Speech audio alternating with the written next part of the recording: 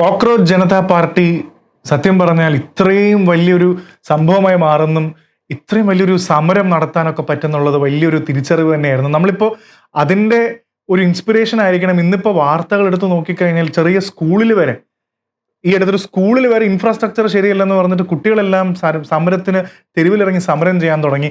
ഇത് നല്ലതാണോ, അല്ലെങ്കിൽ ഒരു നല്ല പ്രവണതയാണോ, ഡെമോക്രാറ്റിക്കലി നല്ലതാണോ എന്നുള്ളത് വേറൊരു ഡിബേറ്റബിൾ ക്വസ്റ്റ്യൻ തന്നെയാണ്. പക്ഷേ 30 സിവിലിയൻസ് കൊല്ലപ്പെട്ടു. സ്ട്രീറ്റ്സിൽ പ്രൊട്ടസ്റ്റ് ചെയ്യാൻ എത്തിയ എല്ലാവരെയും പോലീസ് അടിച്ചമർത്തി. ഇന്റർനെറ്റ് ഷട്ട് ഡൗൺ ആയി, ഇലക്ട്രിസിറ്റി എല്ലാം കട്ട് ഡൗൺ ചെയ്തു.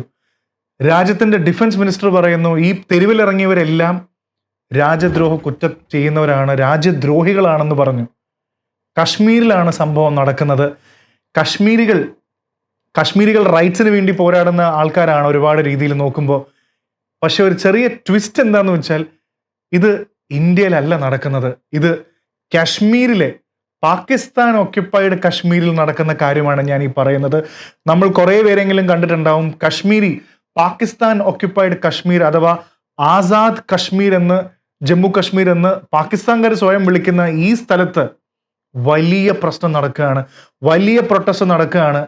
പാകിസ്ഥാൻകാർ തന്നെ പാകിസ്ഥാൻകാരെ അറ്റാക്ക് ചെയ്യുന്ന ഒരു സിറ്റുവേഷനിലേക്ക് വരികയാണ്. പാകിസ്ഥാൻ ഡിഫൻസ് മിനിസ്റ്ററാണ് ഇവിടുത്തെ ആൾക്കാരെ രാജ്യദ്രോഹികൾ എന്ന് വിളിച്ചത്.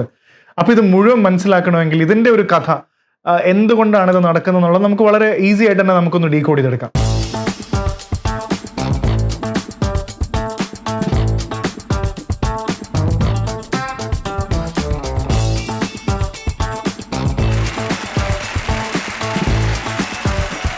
ഈ പാകിസ്ഥാൻ ഓക്യുപ്പൈഡ് കശ്മീർ, ഇന്ത്യൻ കശ്മീർ എന്നൊക്കെ പറയുമ്പോൾ കുറെ ആൾക്കാർക്കെങ്കിലും, നമ്മൾ സത്യം പറഞ്ഞാൽ സ്കൂളിൽ നമ്മൾ പഠിപ്പിക്കുന്ന മാപ്പ് ശരിയായിട്ടുള്ള മാപ്പാണ്. നമ്മുടെ ഇന്ത്യ എന്ന് പറയുമ്പോൾ നമ്മുടെ തല, നല്ല പ്രൗഢിയോടെ നിൽക്കുന്ന നമ്മുടെ ആ ഒരു കശ്മീരിന്റെ ഏരിയ, സത്യം പറഞ്ഞാൽ ഇത് നമ്മുടെ രീതി അനുസരിച്ച് നമ്മൾ ഈ കാണിക്കുന്ന മാപ്പാണ് നമ്മുടെ മാപ്പ്. പക്ഷെ യഥാർത്ഥത്തിൽ നമ്മൾ നോക്കിക്കഴിഞ്ഞാൽ നമ്മുടെ ഇന്ത്യൻ ഓക്യുപ്പൈഡ് കശ്മീർ എന്ന് പറയുന്ന ഏരിയ ഈ മാപ്പ് നോക്കിയാൽ മതി, ബാക്കി പാകിസ്ഥാൻ ഓക്യുപ്പൈഡ് കശ്മീർ അല്ലെങ്കിൽ ആസാദ് ജമ്മു കശ്മീർ എന്നാണ് അവർ വിളിക്കുന്നത്. ഇൻഡിപെൻഡന്റ് കശ്മീർ എന്ന പാകിസ്ഥാന്റെ ടെറിട്ടറിയാണ്. POK നമ്മൾ വിളിക്കും. ഗിൽഗിത് ബാൽത്തിസ്ഥാൻ എന്ന് പറയുന്ന ഈ റീജിയൻ അപ്പൊ ശരിക്കും നമ്മുടെ മാപ്പിൽ ഇത് മുഴുവൻ പറയുന്നുണ്ടെങ്കിലും യഥാർത്ഥത്തിൽ ആ മാപ്പ് നമുക്കില്ല. അപ്പൊ ഇതിന്റെ ഒരു പ്രധാന കാരണം കൂടെ ഒന്ന് മനസ്സിലാക്കിയാൽ നമുക്ക് ഇവിടെ നടക്കുന്ന ഇഷ്യൂസിന്റെ ഒരു കാര്യത്തിന് ഒരു ക്ലാരിറ്റിയും കൂടെ ആവും. ഇന്ത്യയുടെ മാപ്പ് പറഞ്ഞപ്പോഴാണ് ഈ അടുത്ത് സാർക്കിന്റെ ഒരു സമ്മിറ്റ്, ഒരു സെമിനാർ നടക്കുന്ന സമയത്ത് ഇന്ത്യൻ IFS ഓഫീസർ ആയിരുന്ന പൂജ കുമാരി ജ ഈ മാപ്പിന്റെ ഒരു കോൺട്രവേഴ്സി ഉണ്ട്. കാരണം ഒരു സെമിനാർ നടന്നുകൊണ്ടിരിക്കുമ്പോൾ അവർ ജമ്മു കാശ്മീർ ഇന്ത്യയുടെ മാപ്പിന്റെ പുറത്ത്, ഇന്ത്യയുടെ അല്ലാത്ത രീതിയിൽ കാശ്മീരിനെ കാണിച്ചപ്പോൾ ഇവർ ആക്ച്വലി വളരെ ഇതായിട്ട് തന്നെ അവർ പ്രൊട്ടസ്റ്റ് ചെയ്തിട്ട് പറഞ്ഞു, so with all due respect, this is not the map of India, Jammu Kashmir is a part of India. അതങ്ങനെ 2-3 പ്രാവശ്യം തർക്കിച്ച് അത് വളരെ പോപ്പുലർ ആയതാണ്. ശരിക്കും നമ്മുടെ ക്ലെയിം അനുസരിച്ചിട്ട് കശ്മീർ നമ്മുടെയാണ്, പക്ഷെ അത് പാകിസ്ഥാൻ അംഗീകരിക്കുന്നില്ല എന്നുള്ളതാണ്. പണ്ട് നമുക്കറിയാം, എല്ലാം ബ്രിട്ടീഷുകാരുടെ സമയത്ത് ഇന്ത്യയും പാകിസ്ഥാനൊക്കെ ഒന്നായിരുന്ന കാലഘട്ടത്തിൽ 1947 ഇൻസ്ട്രുമെന്റ് ഓഫ് ആക്സഷൻ അനുസരിച്ചിട്ട് അന്നത്തെ രാജഭരണമുള്ള പ്രിൻസ്ലി സ്റ്റേറ്റുകൾക്കെല്ലാം ഇന്ത്യൻ യൂണിയന്റെ കൂടെയോ പാകിസ്ഥാന്റെ കൂടെയോ ചേരാനുള്ള അവസരം ഉണ്ടായിരുന്നു. ജമ്മു കാശ്മീരിലെ രാജാവായിരുന്ന ഹരിസിംഗ് എവിടെയും ജോയിൻ ചെയ്യാൻ തീരുമാനിച്ചില്ല. അങ്ങനെ പാകിസ്ഥാൻ വിചാരിച്ചു മുസ്ലിം ഡോമിനേറ്റഡ് ഏരിയ അല്ലേ, പാകിസ്ഥാന്റെ കൂടെ ചേരും, പക്ഷെ ആരും ചേർന്നില്ല. അങ്ങനെ 1947 ഒക്ടോബറിൽ പാകിസ്ഥാനിൽ നിന്ന് വന്ന ഒരുപാട് റിബൽ ആൾക്കാർ ഇവിടെ വന്ന് അറ്റാക്ക് ചെയ്യുകയും തിരിച്ച് രാജാവ് ഇന്ത്യൻ അന്നത്തെ പ്രൈം മിനിസ്റ്ററോട് സപ്പോർട്ട് ചോദിക്കുകയും ഇന്ത്യൻ യൂണിയനിൽ ചേർന്നാൽ ഞങ്ങൾ സപ്പോർട്ട് ചെയ്യാമെന്ന് പറഞ്ഞ് അങ്ങോട്ടും ഇങ്ങോട്ടും യുദ്ധം പ്രഖ്യാപിച്ചു. 1949 വരെ ഭയങ്കരമായിട്ടുള്ള അഭിപ്രായ വ്യത്യാസങ്ങൾ ഉണ്ടായി. യുണൈറ്റഡ് നേഷൻസ്, ഐക്യരാഷ്ട്രസഭ വന്നൊരു സീസ് ഫയർ പ്രഖ്യാപിച്ചു. 2 ആർമി, ഇന്ത്യയും പാകിസ്ഥാനും എവിടെ നിൽക്കുന്നു അവിടെയാണ് നിങ്ങളുടെ പ്രോപ്പർട്ടി.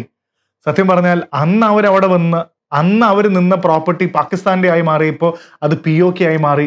ഇന്ന് ഈ കാണുന്ന ഗിൽഗിത് ബാൽത്തിസ്ഥാൻ എന്ന് പറയുന്ന POK അവരുടെ ആയി മാറി, ബാക്കി കശ്മീർ നമ്മുടെ. അപ്പോൾ ഇതാണ് ഇതിന്റെ ഒരു ബേസിക് സ്റ്റോറി. മനസ്സിലാക്കി കഴിഞ്ഞാൽ ഇനി എന്തുകൊണ്ടാണ് പാകിസ്ഥാനിലും കോക്രോച്ച് പാർട്ടി പ്രൊട്ടസ്റ്റ് ചെയ്ത പോലെ ആൾക്കാർ സ്വയം പ്രൊട്ടസ്റ്റ് ചെയ്യുന്നതെന്ന് ചോദിച്ചു കഴിഞ്ഞാൽ അവരുടെ ചില അവകാശങ്ങൾക്ക് വേണ്ടിയാണ് ഇവർ പോരാടുന്നത്.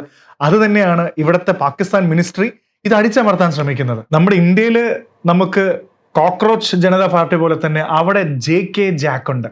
ഈ പാകിസ്ഥാൻ ഓക്യുപ്പൈഡ് കശ്മീരിൽ ആസാദ് കാശ്മീർ എന്ന് വിളിക്കുന്ന ഇവിടെ അവർക്ക് JK-JAC, Jammu Kashmir joint Awami action committee എന്ന് പറയുന്ന ഒരു ഗ്രൂപ്പുണ്ട്.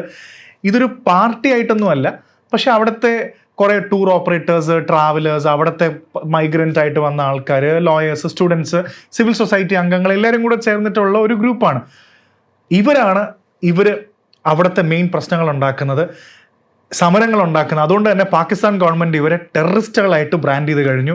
ഇവർ ഇന്ത്യയെ പോലെ തന്നെ, ഇന്ത്യക്കാർ ഞങ്ങളുടെ ശത്രുവാണെന്ന് പറയുന്ന പോലെ ഈ JK-JACും ഇവിടെ സമരം നടത്തുന്ന കശ്മീരികളും ഞങ്ങളുടെ ശത്രുക്കളാണെന്ന് അവർ ഓപ്പൺലി പറഞ്ഞു കഴിഞ്ഞു. അതുകൊണ്ടാണ് പോലീസിനൊക്കെ വിട്ട ഫോഴ്സ് ഉപയോഗിച്ച് ഇവരെ അടിച്ചമർത്തുന്നത്. ഇവരാണ് റോഡ് തടയുന്നതും സമരം വിളിക്കുന്നതും പ്രൊട്ടസ്റ്റ് ചെയ്യുന്നതും.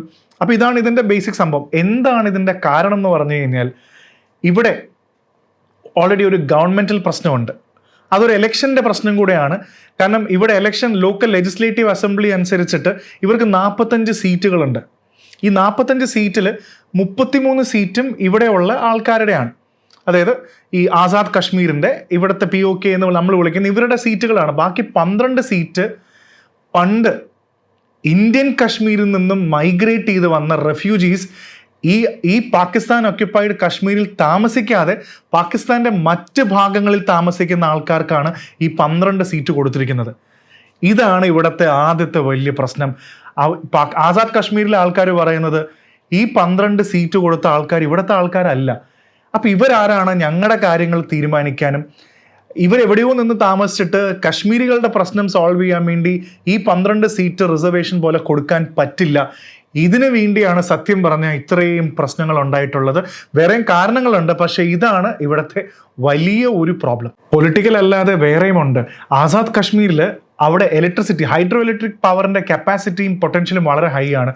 അവിടെ നിന്ന് ഇത്രയും ജനറേറ്റ് ചെയ്തിട്ടും ഇവിടുത്തെ ആൾക്കാരുടെ മെയിൻ ആയിട്ടുള്ള വലിയൊരു പ്രശ്നം എന്ന് പറഞ്ഞാൽ ഇലക്ട്രിസിറ്റി ചാർജസ് ഭയങ്കര ഹൈ ആണ്. ഇവിടെ നിന്ന് ജനറേറ്റ് ചെയ്തിട്ട് കൊണ്ടുപോകുന്ന ഇലക്ട്രിസിറ്റിക്കൊന്നും ഇവർക്ക് യാതൊരു ഷെയറും കൊടുക്കുന്നില്ല. ഒരു ഇനീക്വാലിറ്റി ഇവർ പറയുന്നുണ്ട്. അതേപോലെ തന്നെ സബ്സിഡൈസ്ഡ് ആയിട്ടുള്ള വീറ്റ് ഇവിടെ എത്തിക്കാൻ ഗവൺമെൻറ്റിന് കഴിയുന്നില്ല. പ്രോപ്പറായിട്ടുള്ള ഫുഡ് ഗ്രെയിൻസ് കൊണ്ടുവരാൻ പറ്റുന്നില്ല.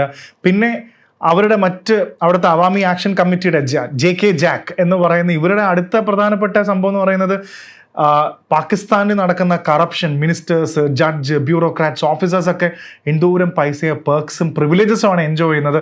ഇതൊന്നും കൊടുക്കാൻ പാടില്ലെന്ന് പറയുന്നുണ്ട്. പിന്നെ ഡെഫിനറ്റ്ലി ഒരു ഡെവലപ്മെൻറ്റൽ ആംഗിളും കൂടെ ഉണ്ട്. ഇവിടെ ഒന്നും നല്ല റോഡുണ്ടോ, നല്ല സ്കൂളുകളുണ്ടോ, നല്ല ഹോസ്പിറ്റൽസ് ഉണ്ടോ, ഇതൊന്നും ഇവിടെ ഇല്ല. അപ്പോൾ ഇത്തരത്തിലുള്ള ഒരു ഡെവലപ്മെൻറ്റ് ഇല്ലായ്മ ഇവിടെ തന്നെയുണ്ട്. പക്ഷെ ഇത്രയൊക്കെ പ്രശ്നങ്ങളാണ് ഇവിടെ നടക്കുന്നെങ്കിലും കഴിഞ്ഞ കുറേ ദിവസങ്ങളിൽ സോഷ്യൽ മീഡിയയിൽ വന്ന പോസ്റ്റുകൾ നിങ്ങൾ കണ്ടു കഴിഞ്ഞാൽ പലപ്പോഴും ന്യൂസിൽ വരുന്ന പല കാര്യങ്ങളും സോഷ്യൽ മീഡിയ ഡയറക്റ്റ്ലി കവർ ചെയ്യാറുണ്ട്. പാകിസ്ഥാൻ ആർമിയും പാകിസ്ഥാൻ ഫോഴ്സസും വളരെ മോശമായിട്ടാണ് ഇവരെ അടിച്ചമർത്തിയത്. എത്രയോ പേരെ വെടിവെച്ചു, കൊന്നുകളഞ്ഞു.